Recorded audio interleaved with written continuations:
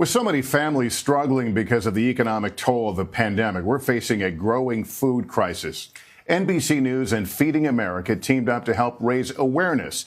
And you can help, too. You're going to notice a QR code on the screen throughout Cynthia McFadden's report. Just hold your phone's camera up and scan to help those in need. Here's Cynthia's report on the heartbreaking impact on children.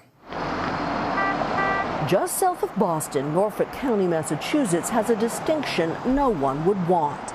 The greatest increase in child hunger of any place in the country, up 163%. Thank you guys so much. Merry Christmas. Here in Weymouth, Shayna has come for food. She tells me her husband is out of work. Things are really, really tough right now.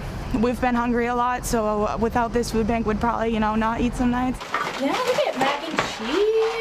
We've seen so many more people for the first time since this all started, people who've never used the food pantry before.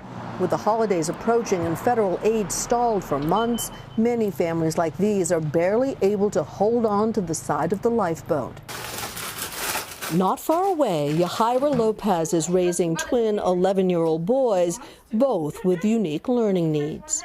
2 years ago, she co-founded a community food pantry in Norfolk County.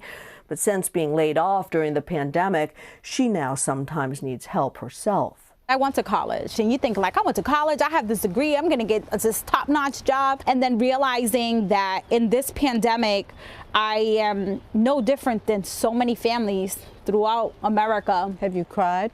Absolutely. Absolutely. Several times in the shower.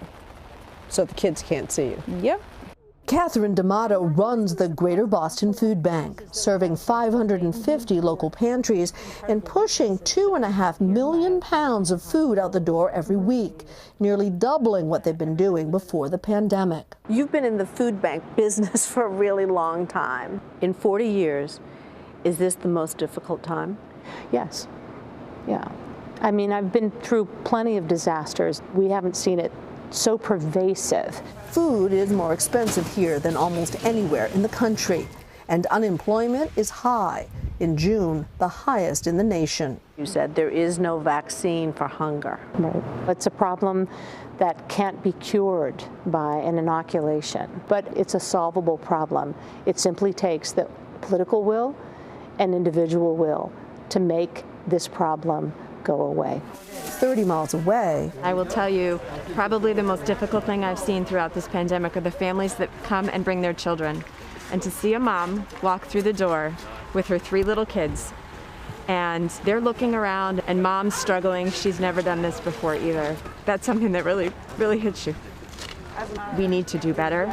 We are able to solve problems. We just found a vaccine for a novel coronavirus in less than 1 year because the entire world was working toward one purpose. Imagine what we could do if the world got together and said, we need to end food insecurity. We learned there are as many stories about what led people to these lines as there are people in them.